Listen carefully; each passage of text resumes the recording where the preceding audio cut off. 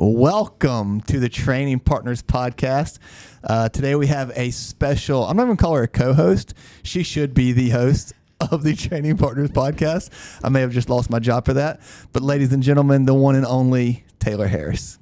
Thank you, Chris, for having me back again. Yeah. Or should I say for having me back onto my podcast that Sean has so ceremoniously stolen from me. That's fine. Yeah, I'm not getting involved in that. I do want to shout out our sponsor today, Celsius. So I haven't taken a sip out of this. If you don't know the news going around, I'm hoping there's vodka in this. High noon, right? Yeah, high noon. I'm Okay. hoping there's a high noon in this. I just don't know it. Can I have a sip after you and we can test? Yeah, let's see. Let's see this. You don't have a nut allergy, right? I just had some No, I'm good. almonds in the car. I think I'm out of luck. I don't think there's any high noon in that. That's upsetting. It's pretty good. This is new It's really sherbet good. flavor. It's pretty good. But like I would love if it was I kind of want to play that roulette where like maybe there is some alcohol and then I'm trying to max out. Right. Because we do carry Celsius in the gym. So could you imagine if like 13 people just buy them? Next thing we know, there's just a party in the middle of the weightlifting room. Like Ansley, who's 17. Wait, oh my gosh. Has one, and we're like, ooh, sorry guys, didn't mean to get your 17-year-old intoxicated. But luckily we're good. Apparently they only went to South Carolina. South Carolina, they wouldn't know the difference. So no shot at that little brother there. So today, Tayler, we're going to talk about high performance and balancing that with life. Ooh. So you ready? Oh yeah, let's do it, Chris. I feel like out of everyone I know, you do that the best. Thank you. Because no offense, Kane. I just take jabs at Kane. Just taking. Is that like the running joke? during Yeah, this? Is like, yeah, just pick on Kane. I mean, but he takes it so well. He does. That's the issue. If like he wasn't such a gracious guy that you could pick on, like Yeah. it would be worse. But like he's just like, yeah. Yeah, he needs to be more mean. No, because that's not Kane. That's not Kane's brand. That's true. It would ruin who he is if he was Yeah, mean. for sure. So what I want to get into first, I want to know like what is your day job? Because apparently you are not just an athlete; you have a full-time job. And I don't work at the gym technically. Technically, Like that's actually one that everyone gets really surprised about. Not necessarily here, but like outside of our community, they're like, "You don't work at the gym?" And I'm like, "Nah, dog. Yeah. I got a day job. I report to corporate America." you sold out. Listen, The insurance is real good. Benefits are real package good. is too good to turn Yeah, down. I don't blame you. So my technical title right now is I'm an e-commerce strategy and development manager. Whew, mouthful. I feel like I'm talking to Houston again. I know, right? Sounds like except mine's kind of nerd. I don't know who's nerdier, but so I have been working in the e-commerce, or like for those people who don't understand what e-commerce is, everything you buy online is e-commerce. So every website you go to that you buy something, that's e-commerce. So I started out with doing e-commerce work for Muscle Driver when Sean and I were there. They happened to realize that I was not just a dumb gym monkey and that could just pack boxes, that I actually knew what I was doing. So I started doing e-commerce and then just slowly grew my role into what I am now. And I manage strategy, which means like promotions, what the website does, making sure we are making our revenue goals, which I was talking about before we started this, like essentially doing all those things to make sure that the e-commerce world is working the way it's supposed to, because that's how most people are, especially post-COVID, are shopping. Yeah, and so that is a true 9 to 5. Well, what do you Yeah. what are you do work fully remote, mostly remote? I'm supposed to be in the office one day a week. I usually go in the office at least one day a week. Office is near the airport here in Charlotte. I work 8 to 4. Okay, that's good. Yeah, so like I try to be on no later than like 8 a.m. and then I log off around 4 when I come train. So Nice. Well, that's good. It seems like you have a good balance there, which is Yes. going to be the key to this episode. First thing I want to know, because I still remember the day I experienced this with you, so I want to share my story. Oh, no. First, I had just started working at the gym. I do not know how long I'd been here. And my history of working in a gym, the owner, and I knew you as the owner, was like, okay, the owner is working 12 hours a day, answering things. Their training gets put on the back burner. Well, I had just started and someone walked into the gym off the street and like came and asked me a question. I didn't know how to do it yet. I was like, I don't know. Like, oh, let me go. Taylor's here. Let me go find Tayler. And she's like setting up for like a 90 kilo snatch or something. I didn't even know what a kilo was at the time. And you're like, I can't talk right now. I'm trying to snatch 90 kilos. And I was like, but there's a customer. And you're like, yeah, I don't do that. boundaries, man. But I have boundaries. That's exactly what I have here. So like, how did you learn to set boundaries at the gym? How were you able to, because you've done such a good job of it now where it still happens, but not as much as it used to. Because like we have a lot of new members that don't know who you are as the owner of the gym, which is great, which is what you, great. So how did you learn how to do that? And then how did you establish this, like, hey, I don't work here, I'm training here? So I think it actually really started when we opened this facility.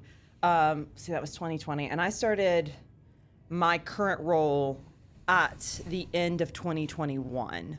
So essentially, like, once everything was kind of set up here and, like, honestly, you got brought on board, I was able to go, okay, I'm not necessary. And honestly, so Sean and I had a talk, and I was like, I can't do it all. Like, I can't be doing marketing and managing of stuff at the gym. I can't also then be working and then also trying to train. So one thing's got to give. And so the thing that gave was working here. So I don't know if it was like necessarily a line in the sand that we just said, okay, this is it. This is the date and time. But I think it just was nice to, things got pulled. I was able to pull back and things got handed to other people. And that was really nice. And then, but still mentally, I still am here. Like if I go in the bathroom and there's no toilet paper, I'm like, fuck. Yes. And then replace it because that's who I am as a person. But I honestly, no, hang on. This is my ADHD real quick. If you're in a public restroom and you go to, like, and there's no toilet paper, but you see the toilet paper rolls, do you replace it? In a public restroom? Yeah. Yeah, if it's like out, I'll just do it. Yeah. Yeah. So I think that's because we have been in this role and that is in our brain to just do it. do it. Because that's like, you see it and you're like, well, if I don't do it, no one else is going to do it, so I might as well just do it. And if you think about it, especially like if you're at a restaurant, Yeah. I don't necessarily want the server to go do that. Right. I'm like, no, you stay out of Or there. the like, cook? or the cook, No. yeah. Like, I'm in here. I can wash my hands real quick. No, I'll just Tracy knock it Migos, out. I'm like, let me just flip this shit real quick. Hang Yeah, on. it's easy. And it helps then everybody out. And I put it on the correct way. What is the correct way? Under or over? Over. I'm definitely an under person. You're who changes my toilet paper rolls. No, I maybe not. I don't go behind people and change them anymore. I've given up on that because apparently I'm in the minority on this one. Yeah. But I do think you stepping away from like coaching roles has been huge too. Because I knew sometimes you would fill in and you'll still like, hey, we're in a really pinch here, and you're like, I'll do it if no one else can.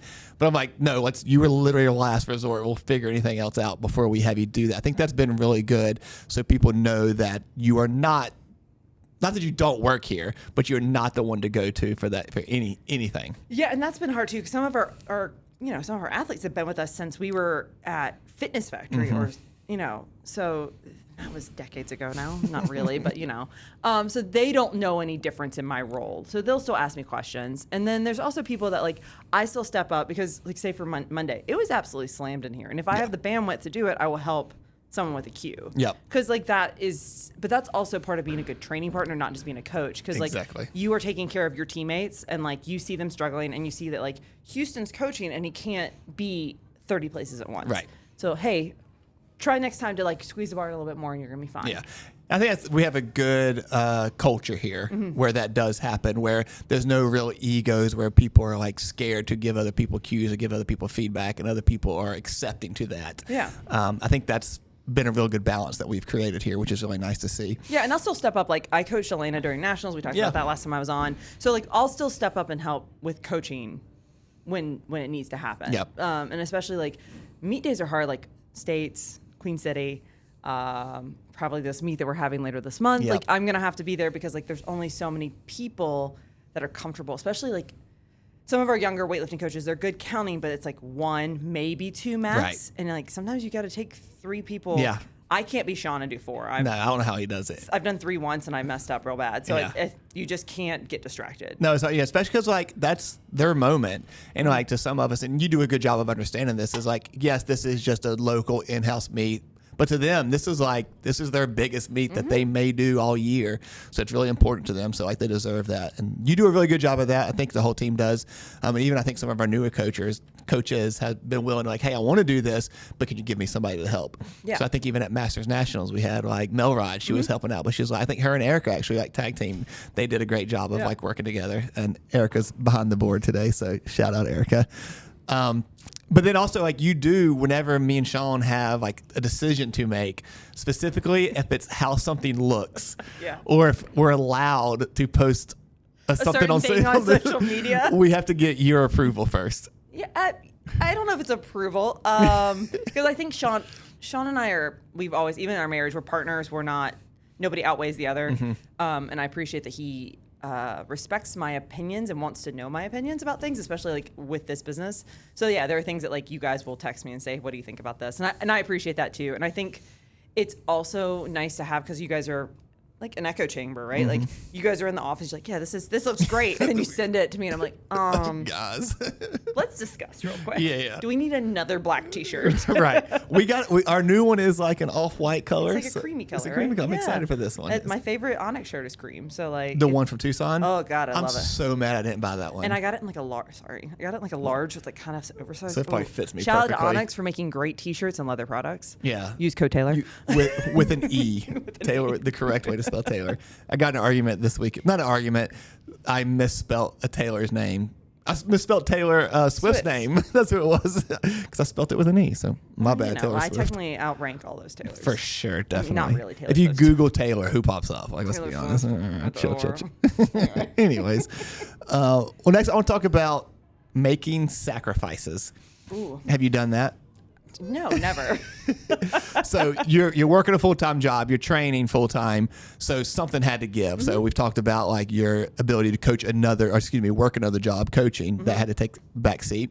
What other sacrifices have you taken? Some like ideas that head into hobbies, travel, time with friends. Yeah. Have you had to make sacrifices there? All of those. And honestly, actually for a long time I had career sacrifices too. Like I kept kind of lower stress, lower income jobs to prioritize training to a point. And then actually in 2020, when things kind of shut down, is when I decided it was time to like, all right, like I'm 30 something years old. It's time to like switch gears and like get out of debt and quit being an idiot. But yeah, so like I made career sacrifices, friends. I think Sean and I missed like a few weddings in the last couple of years because like we couldn't take time away from training. We did our first no training vacation last year when we went to the Olympics in Italy.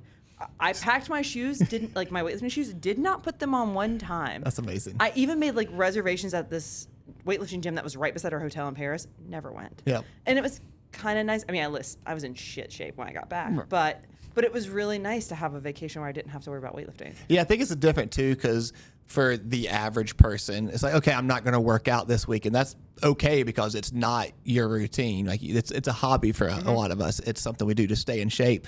Where you were chasing some higher performance goals and you couldn't afford to take that time off. Yeah. So were there ever any times where you're like, no, we literally just can't take a vacation? Oh yeah, I mean, I don't think. So the entire time during that quad of 2016 to 2020, every dollar I spent or every place I went was for a weightlifting event or meet. I don't think I didn't have a vacation at all. And obviously, like, there are people that, I haven't had a vacation in 10 years. Yeah, for sure. But like, we went places. Like I went to Doha and Las Vegas and Britain and all these places to lift weights. I was gonna say, didn't you lift weights at all these places? Yeah, and that's what we did, and that's like where all my money and time and PTO. Right. I don't think I had PTO at the time. I think I was taking a deficit. But yeah, no, like so you do that, and then like it's also it's interesting because like your friendships, like you have friendships outside the gym, but they're harder, and then maybe you've experienced this too. They're harder to maintain the non-gym friendships because you're in here so much. And also, like, the things that you do and the things that you worry about are not the same. Right. Like, honestly, like, Sierra Schuster, who's one of our athletes, and I have become very close because of this, because she and I will send voice memos back and forth about things that, like, we consider normal, like, issues. But, like, if I sent them to, like, a girlfriend I had in college, I'd be like, what the hell are you talking about? What does it even mean? Well, yeah, what do you mean you worried about how hot it is and you don't get enough protein in? Like, who cares? And I'd be like, okay, you're right. Or, like, we talk about recovery and all this. So, like having friends, like getting female athletes and having friends in the gym is really important too, because it gives you that, again, community of people that relate to you. Before it was like, when I got out of college at first, it was like I lost a lot of friendships because like they were like, oh, we're gonna go drinking. I'm like, hey, I got to train in the morning. Right, I can't miss training. Yeah. Sorry. Or like I can have a beer with you and then I got to go. Right. And that was not really the cool thing when you're 23. It's not like you're signing up for that 9 a.m. CrossFit class and you don't show up. It's no big, like people give you a hard time, but it's no big deal. I got a 10 by 10 tomorrow morning. And like, I can't be like, I can't be 6 high noons in. Right. I didn't have those, right? They did Like, not. I can't be chugging PBRs at 2 a.m. and then showing up at the gym at 10. Just didn't work that way. Also, something that kind of triggered in my head when you were talking about friends is also as part of this roles as leaders within gyms, you have, because we're not a gym where there's no community, like community is big here, but one of the things that entails is doing community events together. And so we try to do one a month. So say you only get 4 to 5 weekends a month. Well, if one of your weekends is already tied up doing something with the gym community, you've already lost 25% of your opportunity to do stuff. Yeah, and that's a big thing too, is like we talk about training on the weekend. So like I work 9 to 5, so Monday through Friday. And then Saturday mornings, I'm like, can we get in here earlier? So we still try to train together as a group. And I'm like, can we get in here earlier so that we can train so I can have a Saturday? Because I mean, it sounds silly, but like having that downtime outside of your work is necessary. Yeah. And then Sundays are typically back to doing that. You're doing laundry, meal prep, doing all Sean's things. programming all day. Sean's programming all. So yeah, usually I'm alone doing all that. So it's like not hating on Sean for that. Yes. It's just what the division of labor is. Yep. And so then it's like, okay, well then I have literally Saturday from the time we get out of training till Sunday morning when I get up, and that's it for my like relaxed time. Yep. And that's my bed. That's like my bed I've made. Yes. But like I really want that time. No, I get it, because like as you know, my role is transitioning here, and I'm slightly getting more free time, I feel like. Yeah. But recently, it's been like Saturday after I leave the gym, the only thing I want to do is like sit on the couch and do nothing. And Sarah's like, "Can we go?" I'm like, that actually sounds like a lot of fun, but I do not want to stand up at this moment. I just want to lay here. Or be around a bunch of people. Yeah. Or be in the heat. Yeah. Right now. And it's like everyone says I'm an extrovert, but I feel like there are times I want to be alone and just home, just me and Sarah, and that's like sounds amazing, just to do nothing. Well, I mean, there's a point. I think even extroverts get like their batteries get tapped. Yeah. Like your battery is much bigger than my battery. Right. But you still have a limit. I still have a limit. Yeah. I hang out with Dalton every morning, and it's just like, I've had enough. I love Dalton. Come on, I'm allowed to pick on Dalton. He told me I can pick on him. He gave me some new shoes today. He just wants to be shouted out on the podcast. He does. That's it. No, I'm gonna know if he listens or not if he tells me about this. Don't tell him. I won't. So Dalton, if you're listening, let me know. Okay, then I want to touch on hobbies. Oh God. Do you have any hobbies? I feel like you're picking on me in a way. I'm not picking on you. That's good. I read a lot. That's great. What type of books do you read? Have you seen this TikTok or Instagram where they're like, yeah, I like to read. It's like, what kind of books? And the girl goes, okay, be chill. And it's like, what do you tell them? And it's like, fantasy. Yeah, fantasy. That's the perfect word. It's fantasy. Because it's like me being like, well, I like smut. And it's like, I hope my parents don't watch this. Right. Parents, if you're listening, let us know. Please don't let me know. Just Please pretend don't. Yeah, do that. Just like when you found my diary when I was like 12, you didn't actually find it. Right. We don't need to talk about it. Do you think they read it? Oh, my mom for sure. Oh, no. Nosy lady. I almost said it. Jesus, Taylor. No, but I like to read a lot. And honestly, if I didn't break out in hives every time I gardened, I really enjoy gardening. Like, I like being outside. I like getting in the dirt. And I don't talking like roses. I like, I don't know, vegetables and things. Yeah, vegetables or flowers. You'd prefer something that you can eat. Yeah, because it's like there's always a reason to do it. Right. Flowers are like, cool, they're pretty. But like, I'm like, cucumbers. Yes, I can eat those. But like, we haven't been able to because we actually had poison ivy in our front beds. And How'd you find that out? 3 rounds of prednisone. And the guy who finally came and finished last week of literally our front beds are now dirt. Oh, nice. Yeah. So you got a fresh start. Yeah, I just had to pay him a lot of money. Yeah, But yeah, that's why you had that corporate job. I couldn't do it. Yeah, those are the hobbies. I mean, and then like, I don't know. What are your hobbies? My hobbies? Gym. I gym. Yeah, that's what I mean. Though, like, I weightlift to do high rocks. Those are my 2 hobbies. you go to see musicals. I do see music. Yeah, that's a hobby that like Sarah has introduced me to. And I was actually telling someone about this today. I think the reason I enjoy it so much is because, and movies as well, going to see a movie in the theater is, I know I say that word funny, but it is so frowned upon to be on your phone that you're so engaged in the show. So like you're not touching your phone, your phone's put away, and for like 3 hours you're focused on what's going on, and it's just so. I love it. I encourage everyone to do that. Go see a musical. Well, I mean, I'm not a musical gal, but Go see a movie, I do love like the ballet, and like Yeah, the arts. I wish Charlotte had a bigger like art like museum scene. I know we have museums. Like I'm sure that some of our athletes are going to yell at me about this. Yeah. Like, what do you mean you haven't gone to the Charlotte Museum of I feel like whatever? Frank will definitely yell at us for that. I bet he knows them all. All right, Frank. But like when I lived in DC briefly in college, and like that was great because every afternoon after work I'd go. And they're free there too, right? Yeah, That's great. So I was just at museums every afternoon, and then on the weekends you were just walking around and we're just gonna pop into the Modern Museum and Modern Art Maybe we Museum. should do that for our next gym outing and go to a museum together. Oh, I would cry. That'd be great. Okay, I'll see if I can make that happen. It'll be like us and Frank. For sure. Erica's coming though. Erica, we're forcing you. Okay, good. Is there a hobby that you never got to try that you wish you say you ever retire from weightlifting, you have more free time? What's the first hobby you're trying? It's all sport related. That's bad. Do you want to play a sport? Like I'd want to do rugby, which I think I'd actually be really. It might help with the anger issues I have. Jesus. What, you've seen me weightlift? I've never seen you angry. No, never. I'm never angry. I would say like rugby. I really wanted to do roller derby for a while, but honestly, like tearing ACLs sounds scary, so I'm good. I don't know. I've never wanted to like paint. That's not really a thing. You painted the gym a few times though. Jesus Christ. The black wall looks good. Yeah, yes, because it's black. It looks great. Looks great. You know what's not painted? Any Your wall house. in my house. It's all still the original white.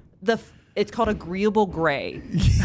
I'm not kidding. Is that the same as millennial gray? Oh, it's millennial gray, for sure. We bought this flipped house, and they were like, yeah, millennial gray. I'm like, of course. Whatever, it's fine. And Sean's like, yeah, do we need to paint it? Yeah, I don't think so. Need or want, those are two different things. I see things, and I'm like, yes, I want to do that. Pinterest board is full. But is anything going to make it off the Pinterest board? Absolutely not. But then back to what we talked about is that your Saturday and Sunday, when you have that time, you don't necessarily want to do that. Right. And then the only times I actually have like the desire, which is when Sean is not home, because I do have just a little bit more free time. I don't know why that happens that way. You would think I'd have less, but we're not going to go into that. We won't pick on Sean. But like, I was like, oh, I could paint the kitchen. I was like, no, that is not a day job. That is like a week and a half of like taping, painting. Just pay somebody. Corporate money. So if you do it and Sean does it, you said not to talk about it, but too late. Would y'all go about it two different ways? If we painted the house? Yeah, like say just the kitchen. Like, are you like, hey, we're taping everything, and he's like, I can do good enough to where we don't need to tape? He would tell me to hire somebody. That's what he would do. I don't hate his approach. I don't either, but it's coming out of my paycheck. Yeah, that's why you're sugar mama. Damn. Help me out. So you touched on this briefly though, before I even had a chance to ask. When you were looking for jobs, when you're like, hey, I need to be an adult now, I need to actually get out of debt, like you said, was being able to for that job not to impact your athletic career, was that like high number one priority? Yes and no. So the job I was in before this job was actually with the Boy Scouts of America, and it was fully in person. Okay. I was in the office on Westinghouse, so way down in South Charlotte, from 8 to 5. Or 8 to 4, I guess I technically worked, 8 to 4 every day, and drove back and forth. And there was no remote work until COVID happened. Yeah. Honestly, I think if you remember, nobody really worked remotely. There was a very rare. Small My mom is one of those that she's been remote. Wow. But I don't know how she swung that. But because she technically works in Charlotte, but she lives in Charleston. She's just amazing. She's the best. She's the best. Shout out to you, Mom. Yeah, for sure. But like I got approached actually this is how corporate I guess how adult I am. I got approached by a recruiting firm, headhunting firm, because of my LinkedIn. Okay. So they approached me about the job. I was very upfront during my third round of interviews, and I was like, hey, like I'm an athlete. I like to train. And my boss was like, as long as you are doing, like at that time we were doing no days in office. And they're like, as long as you are getting your job done, we don't care. And then it became like hey, we're going back into office. And my boss is she does dressage, like horseback riding. Okay. And she does it at a high level as well. So that's really nice. She was a high level soccer player. So like her empathy is really good. And she understands like, I'll be like, hey, I have a meet coming up. And she's like, all right, like that sounds great. And like they did watch a couple times, like the Arnold that we were at in the convention center. Yeah. I was not there, but fair. I know what you're talking about. They that was 21, right? 21, no, 22. That was Courtney's first time. That was Courtney's first time. She knew nobody and just showed up to coach.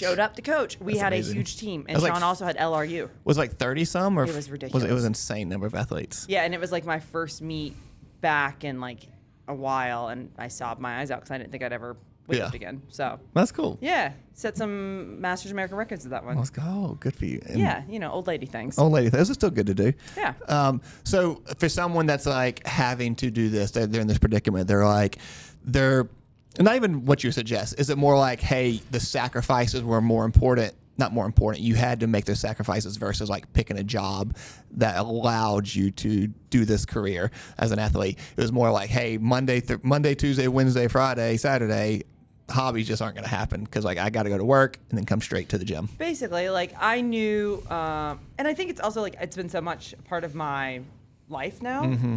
Like I've been doing this as an adult since I graduated college. Yeah. So like I played a little bit of soccer in college, and then I got out of that. And the minute I graduated, I was doing CrossFit, and it was like, to me, it was non-negotiable. I wasn't trying to be like a high-level CrossFit athlete. It just was a non-negotiable in my mind, mostly because I was paying $200 a month. Right. For an unlimited membership, and I was trying to get every dime I could out of that. Yeah. Because that was a lot of money in 2010. Yeah. Right. Think inflation. What is that now? It's a lot. It was. I actually think that their membership, CrossFit Asheville's membership, is less than that now. Really? It's gone down? I think it wow.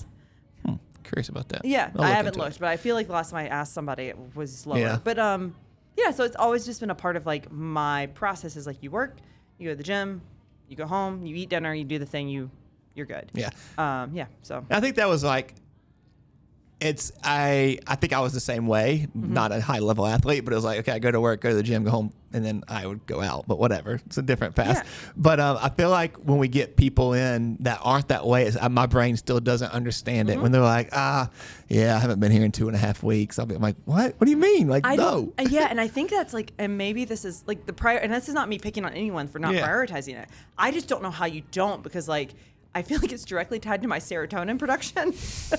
Okay. And so even if it's just coming in and doing like an hour of like a high rocks class, I feel better about things, and I'm good. And maybe it's just like I'm also been sitting at a desk for so long, like getting around and moving. Like I can't imagine standing up from my desk in my office, walking to the living room, and then putting on the TV, and that's the end of my day. Yeah, sounds awful. Like that to me, I would need someone to check me in somewhere for that, because that to me means like something's wrong. Yeah. And there are times that like I get kind of burnt out with weightlifting, and that's okay. Like we adjust. Like Sean will say, hey, let's pause the weightlifting then and like do Chris's class or do some strongman or do you want to go run? I'm like, no, I don't want to run. You bought some running shoes? I did. Hey, I was running on the air running the other day. Okay, how was it? It's actually, I like that better than running on the road. See, I'm different in that. I get bored on that. Okay. I don't like just staring at a wall for an hour. I think what I enjoy is like, I feel I'm like, it's almost like you're gamifying it. So I can gamify. I'm not someone who wears a watch, and I'm not like timing my laps. Right. And my, like, you're just running to just run. Yeah. To get my heart rate up. So I'm kind of gamifying it with like the screen, and then like the way I'm running, be like, all right, can I do this like this 5 minutes faster than I did the last? But like it's in a screen in front of me versus. And then I also can listen to a murder podcast while I'm doing it. You listen to podcasts while you run? Yeah, I will. Wow, that's impressive. Yeah. Well, I'm also not like all out sprinting. I guess, when I'm on the runner, I don't mind doing intervals. Yeah. Like when I'm doing my sprints, I can definitely do that. But then I need music.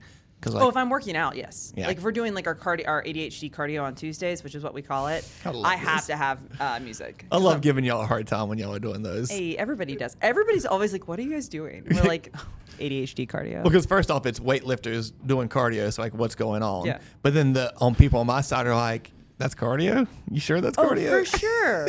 Listen, I will say it's funny because like Sean's always like, stay in zone 2. And I'm like, all right, cool. Zone 4. And I'm like, how did I get here? How do you get there? How did I do this? And that's like, just to touch on that, like if you are trying to do zone 2, it is okay if you need to walk to get your zone 2 work. It is important. But I think it's also part of like, and this is maybe outside of my realm.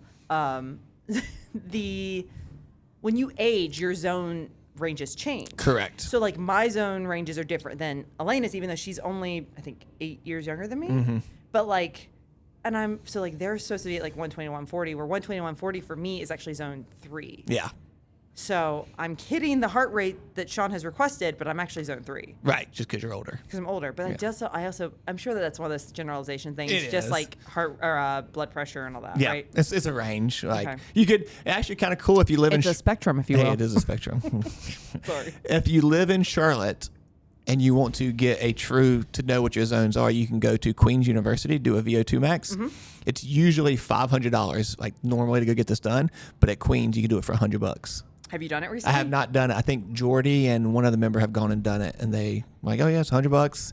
You sign up and they strap you in and go for it. But there's also like some, if you're not a runner, because they put you on the treadmill and then you got to run, whatever. But exactly. So if you're not a runner and the test is being done while you're running, is it skewed? Probably. But like, say you're someone who rides a bike all the time, you should probably do the test on a bike. Oh, but they don't do it. They just do a running test. Yeah, that's all they have. Okay. Well, yeah. But I don't know. It's more of like something to think about. I don't know if it really matters. Okay. I mean, yeah, I do not have any interest in doing that. But I mean, no, it just doesn't have any applicable science to my current training. It's not important. No, but like if I was a runner, I would be like, well, why not? Let's do that, because I'm a data nerd. Yeah. I do love data. Not as, again, if Sean is like 100% data nerd, I'm like a 70% data nerd. I use data for my job a lot. That's Sarah's job. She's just data. Is it data or data? I say data. Ooh, is it pecan or pecan? Pecan.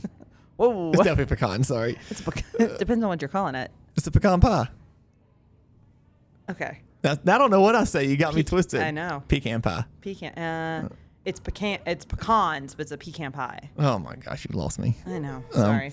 All right, well, we did. So we put out on the internets some questions for you. Okay. Before we get to that, I just want to kind of put a bow on high performance for your opinion as someone who has a full-time job. So to you, it sounds like the biggest thing was you had to work, but you had to prioritize, like, hey, when I go to the gym, I'm here to train, and it's non-negotiable 5 days a week, whatever the program says. Yeah, and then there's some other things. I think there's some questions that touch on it, so I won't go into it. But like, there's other points about like nutrition recovery, things like that. Like, you have to. It's essentially like micromanaging your life in a sense. But yeah, so like it is possible, and it is doable. And honestly, I like that I don't work in the gym, because I then have that separation. And I think that's something huge too, because Sean's done it multiple times. I've done it a handful of times and kind of enjoyed it. Is go have a membership somewhere else. Yeah. Because like, and I don't want this to sound like I'm complaining, because love my job. I absolutely love my job. But sometimes when I'm trying to work out / train, and then someone comes and asks like, hey, like, how much is that T-shirt? Or how do I buy a water? I'm like, I'm 100 burpees to go. Let me just do these burpees. Right. And I think that was when we owned the gym and we were in the shed. I had a lifetime fitness membership, and I would actually go up 485 from Westinghouse to go to, because it's way down 74, right? Yeah. So I'd go there and would like do bro sessions. Yeah. Because like, to me, sometimes I couldn't do weightlifting. Right. Because I just was like, I'm gonna kill everybody in this room. Yeah. Not actually, but like, I just was like, my patience was fried for the day. I like didn't have it in me, or like I just needed separation to be able to put in headphones and just be an athlete for 2 hours. And that's hard to do too, because like, one, being a customer service job, like working at a gym, is you have to always be on. Yeah. So when you're in the gym, and say you had to imagine this: you had a bad day at work, you had a bad day in your real life, and training is going shit. But then a customer of yours walks up to you and asks a question. It's really hard to flip that switch and be like, everything's great. When I had to learn, I know you're going to move on, but like, I've had to learn, like, frustrations are not as bad as they used to be, but like when we were trying to go for that, like, essentially it was like an Olympic trials. They changed it in the middle of the 2020 process, but like, that was the goal. And like, I'd have a day and like, I would throw a belt, and like, and I realized I was like, I gotta stop doing that. That's a horrible one. It's like, it's very disrespectful to everyone around you, but also then as a leader of the community, you look like an asshole. Yeah. And like, and then you have a new member, they might not understand that, like, what's happening. And they so, also, like, it kind of like shows that I'm going to use this term, behavior is acceptable. Yeah. And it's like, we know if someone else did that, we wouldn't want that. Like, hey, and I get it. Every once in a while, you just want to be like, pull your hair out because you get mad. And like, I've seen other people do it, and it's okay. And it's like, if it's a once in a while blue moon type occurrence, I get it. But like, if it's a daily occurrence or like a weekly occurrence, we got to have a conversation about maybe how you're managing your emotions during training. Yeah. But that's, not a conversation for this one. That's a conversation for another day, because that's tough to do. Yeah. Okay, so let's get into these questions. The first one you mentioned is recovery. And I'm going to break it down into two 2 questions. Okay. So the first one, I want to know, what do your training days recovery look like? So when you're actually training. Do you consider food recovery? We are going to talk about nutrition a little bit. Well, like, but so go ahead and plug it in here. So that's like, I mean, to me, like that's part of like the process is like eating enough food. Because if I'm not, I have a tendency to get deep into work and suddenly realize it's 2 p.m. and I've not eaten lunch, and I'm like, oh, we gotta eat. Yeah. So like that's a big one. Sleep. I'm actually the Oura ring we've been wearing for a little over a year. The whole Has it already been a year? a year. Wow. And like that has been amazing to see because again, it's like a game and I get to kind of gamify it a little bit and be like, can I get my sleep better tonight? Yeah. And I've enjoyed that because I get more understanding about how I'm sleeping, and it's more instead of me being like, oh, I feel like crap, and I open up my app and I'm like, oh, well, that makes sense. Yeah. Or I'm like, well, you're just being a baby, like get over it. It gives you data to like why you are feeling like crap. Yeah. So And- like sleep is to me like honestly like you hear people complaining, and I think that like sleep is number one. I think if you're just sleeping enough, like that is, and that's hard. Like I'm not a parent. I'm not working like a shift job. Yeah. Like I have the opportunity to sleep 8 to 9 hours. a You night. have a good opportunity to control your sleep. Yeah, so I do control my sleep, and that to great. me has been a big deal. I think that's helpful. I have a set of like air relax compression boots at the house. If we've had a hard squat day, I try to throw those on before I go to bed. Epsom salt baths. If I have time. Sometimes you don't. It's 100 degrees in here. You don't want to get in a hot bath. No, I've noticed that because like, and this affects sleep too, and this is something to consider on these hot days. Is okay, you can be anti-cold plunge, that's fine, but cooling your core temperature down to be able to sleep is huge. I've done a workout when it's 98 degrees in here, go home, take a shower, just a normal shower. I get out of the shower and I'm sweating again because my body didn't cool down. So I'll just throw that water just like towards the cold side a little bit, just enough. And it's like, oh, now I can actually sleep because my body's starting to cool down. Oh, I'll do it as cold as I can stand. Yeah. And I'm just like, yes, please. And Yeah. then like, even if I don't need to wash my hair, I'll just put my whole, because if I can get my whole body cold, yeah. I'm just like, oh, thank you. Yeah, because it's hot. So I think it's little things, just depends on the day. Yeah. I don't stretch as much as I should, but That's okay. You're pretty one. mobile. Mobile. front rack could be a little better. But yeah, I mean, whatever. Especially if you're going to power all your cleans. Sorry. don't mean to. You definitely should. Okay, well then on non-training days, is there anything that you're like, hey, I love to do this on non-training days? So I try to rotate. Because we're kind of outside of the competition window right now, I haven't been doing it as much. But I try to rotate between physical therapy and massage. So I try to do PT at least twice a month. I was doing it weekly, like in the 8 to 10 weeks leading up to a nationals meet.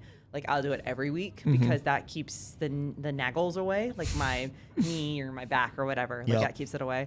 But I try to do every other just because like it's if you find someone who's really good, it's expensive. Yeah. And like. And they're not complaining about their prices. It's just like, shit, I'm spending. And especially like we have found the people we like to work with typically don't take insurance. Yeah. Oh, and exactly. I have this insurance and I don't use it on them, but they're great and they understand what I do. And there's no like, well, you should stop squatting. Really? Yeah. Really? You sure about that? I think this is probably not what I should do. But yeah, so PT and then I have this little Thai massage place. So it's not like. I've tried like the sports massage people, and they're fabulous. But this little Thai lady gets on the table and uses her tiny feet to really mess me up, and I love it. Oh my God. Okay, I don't know if you got to listen to that episode where we talked about that, but I've been to a place like that where they have the straps on the ceiling and they walk on top of you. Yeah. It's so amazing. She was like she was like going on my back. I went I think 2 weeks ago or last week, and she goes, "You're very tight. Can I stand on you?" And I was like, "Yeah, that's fine." Oof. Great. She was like, she like cracked my back in like 13 places. I swear to God, with her little feet, she just That's kept. the best. Yeah, and I think that helped the massage go better because I relaxed quicker. Yeah, you actually relax and were able to get something out of it. Yeah.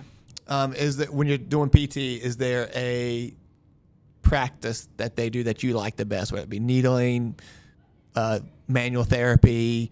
Dry needling to me. Dry needling's your favorite? What with my ailments, which is like my knee and my back. Like You sound so old. I mean, I told you, 14 years. You need to- I didn't mention that here. Yeah. So go ahead and say what you texted me yesterday. I realized yesterday was my I think I'm saying this right. 14th anniversary of my first weightlifting meet. When and where was that? That was at CrossFit Voltage here in Charlotte. Okay. Way out in 74. It was like in an old Valvoline or something. Is it still there? No, it's not there anymore. Stephen Butcher of Butcher Barbell. Yeah. That was his second meet. He got best male lifter. I got best female lifter. Let's go. Do you remember what you lifted that day? Oh, negligible weights. I think I maybe snatched 50, and I think I actually clean jerked like 85 or 90. And I powered everything because that's how I've always been. Because your background's CrossFit. Exactly. Yep. And so I think I played in at 6, because at that time 69 kilos was the weight class. So I was 69. Okay. I know it is again, but like I was a 69 kilo lifter. I was like 2-3 months into lifting. Yes. So yeah. So I've been doing this for 14 years, and this was, yeah. I don't think you know this number, but do you think you know how many meets you've done? I have no idea. You think you or Ansley have done more? Ansley's done more. They put her in a lot more meets. Because her first coach that's a big thing. It was like, as kids, like, put them in more meets just to like get them not nervous. Yeah. And I've battled too many injuries now that, like, I think for a full year I didn't do a single meet. Yeah. 2016 I didn't do a single meet. Yeah? Or 2015? Well, no, 2016. Okay. So I didn't do a single meet in 2016. So you probably average like 2 a year. 2 or 3 a year. Yeah. Probably 1 local and 2 national a year. Yeah. But anyways, so the dry needling, though, if we're going back, we're yeah, thank you. Get us back on track. Dry needling for my knee has been great. My back, it's amazing. I think dry needling is a great modality. Yeah. If you find someone who does it correctly, like manual therapy is amazing, but to me, it's like, it's good. But like some of it, I'm just like, I can get that with my massage. Right. When they dry needle, are they doing any electric current through it? Yeah, stem. Is it the stem that they do? Okay. Because I've gone to 2 locations. One does a stem, another does like where they flick it. Oh, no. That one's. I think that's what they're doing, right? Yeah. They're like. I've had I don't somebody watch. I don't look. Oh, you don't. You're like Sean. You don't like needles, right? They don't bother me. I just don't want to watch it. Oh, I don't care. Ugh, I think it's funny. that's great. Only thing I don't like is when my muscle grabs the needle and I have to look away because I can feel the muscle like take the needle. Yeah. And I'm like, oof, this is gonna be fun later. But I think they'll twist them, they'll flick them. Okay. But the stem is the best. That's yeah. To me, like, I think it's relaxing. Like I can go to sleep. Especially when it's been a few minutes and like your body's finally like, okay, here's the rhythm we're going to, and it just kind of it gives up fighting. Yeah, and I love it. Yes, it's good. Like. I love Allie. She wants to talk to me, and I'm like, just let me take a nap. Let me just chill here. Let me just nap, please. I've had a needle in me before. I was on my back. It was in my lower abdomen, and I forgot. And I went like put my hand and almost jabbed it into myself first. I was like, oh, it was. Yeah. Has Sean ever told you? Never mind. I'll tell you that story. Off there. Is it? Yeah. Okay, we'll save that one. Okay, cool. So that's our recovery there. Is there anything else on non-training days? Oh, like if we do, now that we have an ice machine here at the gym, I'll do ice baths more often because getting the ice is a pain. Yep. But like ice baths are amazing. I know that there's controversy about them and like when you should do them. I do them on non-training days only. I think that's the way to do it. Sundays or Thursdays, depending on time. Yeah. Cool. Sauna. Oh, I love the sauna. Not right now, though. The gym lived is in a sauna. Oh, our thermostat only goes up to 2 digits, and it's been stuck at 99 for days. Yeah, no, I like, if I can do Sundays, if Sean's here programming, I'll text him and be like, when I'm done meal prepping, I'll say, turn the sauna on. Yes. And I'll have him turn it on twice, so it's been on for 2 hours. And then I'll come in, I'll sauna, ice bath, sauna, ice bath, sauna, ice bath. Perfect. Until I can't stand it anymore. Okay. Or the ice is just gone, depending on what the temperature is. Now the ice is going to last forever. I love it. It's going to be so good. I love it so much. Okay, this next question was specifically about being a master's athlete. Yeah. So for those that don't know, that's 35 years and older, unless you're in the one federation that accepts 30 years and up, but whatever. Is there anything specific you change for optimal results? And I gave myself some like topics to ask you on this. So when dealing with a master's athlete or being a master's athlete, do you think training age versus the actual age is more important? I think your training age is actually a bigger impact. Well, what is training age for some may not know? Just so training age is like how many years you have been doing the sport or been around sport. So like we can consider like if sometimes we'll consider like my CrossFit and my soccer, but like really it's been weightlifting only for that long. So like for you, like it's probably all of your CrossFitting and this because you went directly. Like you've been going straight through. Right. You've non-stopped. Yeah. Why stop? Well, and I think that too, like, I mean, it depends. So like, if we're talking about like recovery, my training age impacts me, I think, more than my actual physical age. But if we're talking about like getting better at the sport, I think that like, it's harder if you've started when you're older. Like for sure. Because you're breaking patterns, like movement patterns that you've had your whole life. You're trying to get stronger when maybe your body's not producing the hormone that it needs, depending on your gender, Yep. sex, whatever. And so I think like you're kind of fighting some of that too. And then also like if you've not, this goes back to talking about like if this is a part of my routine, like if you're fighting like, all right, I've got 3 kids at home and a wife or a husband, a spouse and a job, like you're then having to find that balance is even more precarious if you've not been doing this. So like I'm sure. I think as listening to you talk, I think it's easier to get started as a younger athlete, but I think it can be easier to quit when you're a younger athlete. Oh, for sure. Yeah. I think there's going to be so many changes in your life. Just think about like all of our youth athletes. Like, okay, they started in high school. Where are they going to college? That one change can make them quit the sport, which is fine. Finding other hobbies, meeting a partner who just like consumes your time, a job change, any of these stuffs can change whether you're still training this modality or not.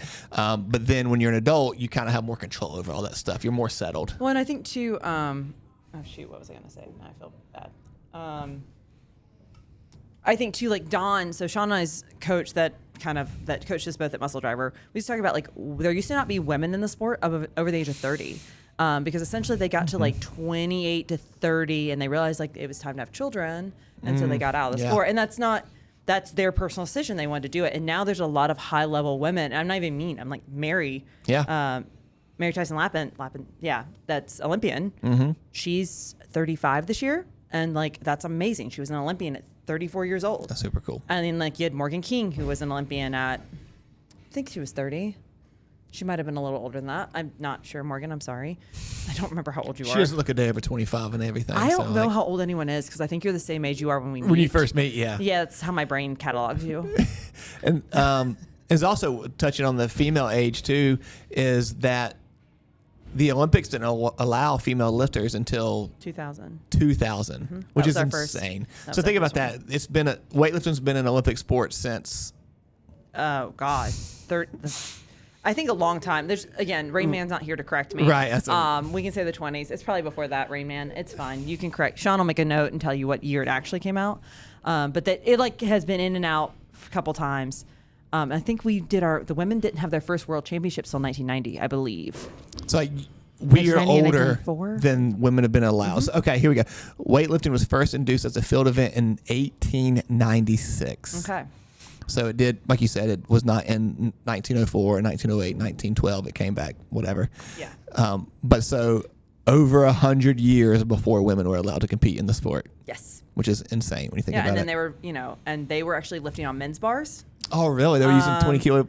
I don't know. So I can't remember for Sydney if they had that 15 kilo bar or not. Wait, but I know for the world, 2000 they used a 20 kilo bar? I can't remember. Oh, this is bad of me. But I know in the World Championships, Ursula has talked about how it's a men's bar. And like especially for the teenies, the small ones, their hands are. I got some big mitts. They do not. No, were they hook gripping? I assume so. Let's see. Are you looking? Are you? Yeah, I'm trying to Google it real quick, see if we get an answer here. Oh my God, there's too much. It's okay. Yeah, I'm sure we can make a footnote on this about. Right. Yeah, so we'll do some actual research and find out. But that's an interesting fact. Yeah, like they definitely used to be men's or 20 kilo. They're 20 kilo bars. So there's a lot of factors specifically for women when it comes into like the Olympics. Hopefully that's going to change in weightlifting. I mean, it is going to change because like now the young girls, they've had weightlifting the whole life, at least more access to it, which is nice. Shitty that it took so much longer. But we're now women's weightlifting has totally made that can be a whole podcast of its own. Yeah, for sure, definitely, especially the growth in the last just since I got in 2011. Yeah, it just the growth since basically the boom of CrossFit. And CrossFit's been huge for weightlifting. I feel like especially us specifically at our gym, though we have more women than men weightlifters. I think what we finally I think we were doing like we were like 70-30 for a while. We might be closer to like 55-45, right? So like it was great. Like for a long time we were, and I think our weightlifting specific though were mostly still women. Yeah, and like our nationals team was 100% female this year. Yeah, because Kane pulled out. Well, he's. Yeah, but no, we have, and like Sean's like, Sean's excited because like I think we're gonna have one in every class and for finals. Yeah, we were talking about that. That'd be really cool to do. Yeah. Okay, and then going back to as a masters athlete, some things you may have to modify. Have you noticed that you and Sean as a team have decided to change your volume? Depends. So like It's not necessarily a volume change. It's more of though I get the green light if I'm moving well and things are going. I can get a green light to kind of go off program more than say one of the younger athletes. Okay. Because we have to use an expression, strike while the iron's hot. Yep. Sometimes you just have to go for it because you don't know if it's going to happen again. Right. Yeah. And then when you're our age, sometimes you just have to do it. Yeah. So things looking good, feeling good. Yeah, like just leading keep up to pushing. nationals, actually, I put a lifetime PR on the bar. Yeah. And like it wasn't a day we were supposed to do it, but I was just on, and Sean was like, "Screw it, let's go." Let's go. Yeah. So things like that. So that's like we talked about, for me, we talked about going back down to 4 days or going to 4 days a week like we do with our current masters athletes. And I was like, I think I would be very bored and like, and I don't want to spend more time. Like I don't want to have longer sessions, and I still feel right. So I was like, because the Masters of Metal sessions, some of those can be pretty grueling. Yeah, and I'm like, I would prefer to do the 5, and then doing things like doing GPP, so general physical preparedness. So like just keeping my body in general good shape, like spending more time doing like the PT prep and the PT work, and not necessarily from the PT, but things that we notice like, hey, your glute's not firing when you squat. Let's work on that because that's going to end up causing up or down chain issues. So I think being more in tune with your body is important. So So would you say, if you had to guess, that your volume probably hasn't changed, but maybe what you're doing each day is more fluid based off how you're feeling? Yeah, and then like we do a lot more. Again, like we use the velocity tracking for my squat. So like they might have specific weights. I say they as a general term, but like most like our percentages, and Sean will be like, you need to hit like this is the velocity we're going for. So like it might only be 110 today, or it might be 140, like depending on recovery and how you're actually moving that day, how shit I'm moving that day, or how great you're moving that day. Or how great, yeah. Like there's been days that's like, oh, this is a surprise. You may have already touched this, but do you believe that your time with high intensity has changed? My time? Like how many days, even if you look over a whole year, do you think the number of days you hit like a very intense workout has reduced? Oh, yeah. I mean, we should have probably touched on that. Like I find it harder to, I compare it to driving a stick shift. And if you don't drive a stick shift, I'm sorry if you don't get this reference. I used to be able to go into 6th gear real easy and like just fucking go for it any day of the week. And now it's hard for me to find 5th gear sometimes and like get into that intensity of like actual intense training. And then, I say intensity has to be more like for intensity as far as like program intensity. I think it's a lot more methodical and a lot more planned if Sean can. Now, again, if something's going off, he's like, all right, yeah. But he's pretty much like he's trying to make like, all right, we know we can basically go pop off like once every like 8 weeks and that's it. Right. Which is fine. Yeah. Like I would rather, like, I'm good with that because I'm still here. So I'm trying you're still able to compete at a high level, and you're not necessarily the younger athletes. They have that tendency of like trying to PR almost every day. Like every day it says 90%. It's like, well, we're That's PRing. a max out day. We're max out day. I mean, Let's I go. was there too at one point. I was like, Sure, it's 90% fun. means max out. Right. Now it's like 90% is 90%. Like you'll be stoked if you hit 90%. Oh, with like, no misses, I'm like, let's yes. go. Okay, then kind of tie all that together. And you already talked about this, being more in tune with your body. Do you and Sean together, or you yourself have guardrails when it comes to, you talked about the good days, like let's strike because everything's looking good, but say you're having a bad day. Do you have some guard, like, hey, 3 misses, we're backing off, or is it just kind of like seeing how it's going? It depends on what is the limiting factor for that bad day, right? If it's like a painful thing like back, knee hurting, that's something different. It's like, all right, we got to modify. And that's like, all right, T, like you can't do these back squats today because your back hurts. Like, let's do belt squats instead. So there's that kind of modification. Or is it a bad day because like I've worked a hard day and like I'm stressed out and like my ring's like, hey, you've been in stress mode for 7 hours, which is the entire time you've been awake. Just woke up stressed. Damn it, Zelda. So it's like, all right, how can we, like, maybe we just say, okay, like this says 85%, but let's just try to do all these reps at 77 to 80%, have no misses, make them crisp, be more thoughtful about this is a good training day. Like, do you know who John Welburn is? I do not. He was a football player, an NFL player, and he helped find like CrossFit football. I think it's now called Power Athlete. Yes. There's the Move the Dirt Training's a pile of dirt, and sometimes you have a Yes. spoon, sometimes you have a shovel. Yep. Sometimes you have Is a he spoon. the one that first said that? Move I the don't dirt? know, but he definitely has like, he's the guy I think of when I talk Okay. about it. He probably is not the guy who coined it, but like he has put it on like a flag as a t-shirt. Yeah. Sean, I've met John Welborn. He's a real nice guy. So like, I think of him. You associate it with him. Yeah. So like, I think about that. Sometimes it's like, oh, we're just doing a spoon. Or like yesterday we had hip snatches that didn't go very well for me, but I was like, all right, well, I can go ham on these sumo deadlifts because at least I'm moving the dirt somewhere. Right.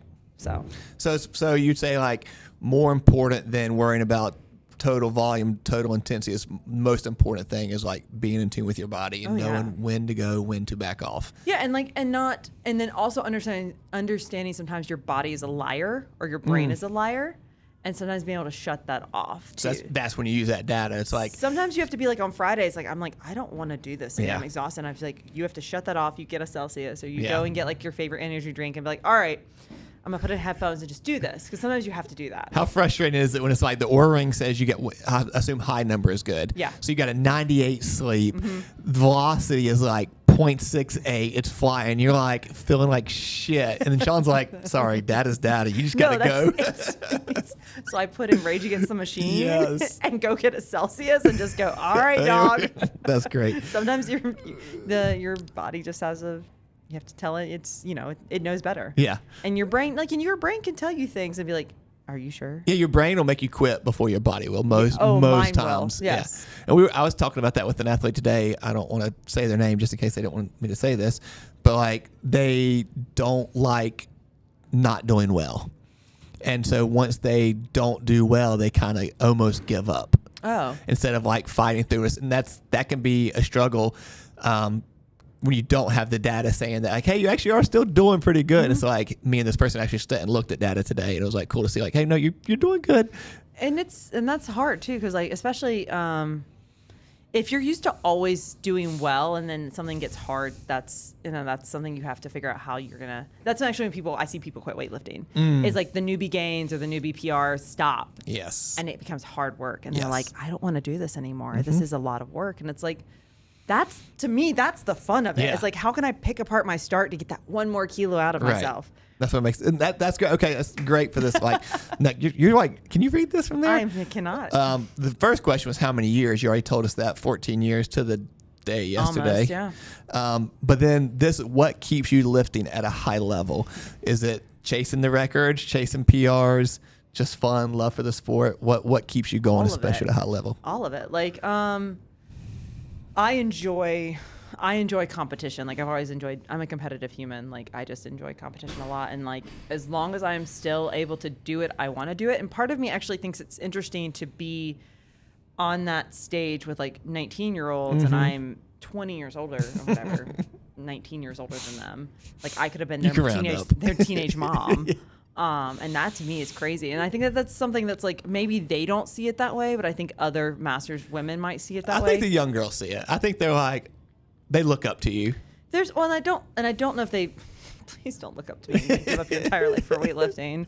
But I enjoy like, there's little things like I enjoy breaking the Masters records and I enjoy still competing and showing off and getting that drug high, like that kind of high from it. That's what it is to me. It's like, winning is fun.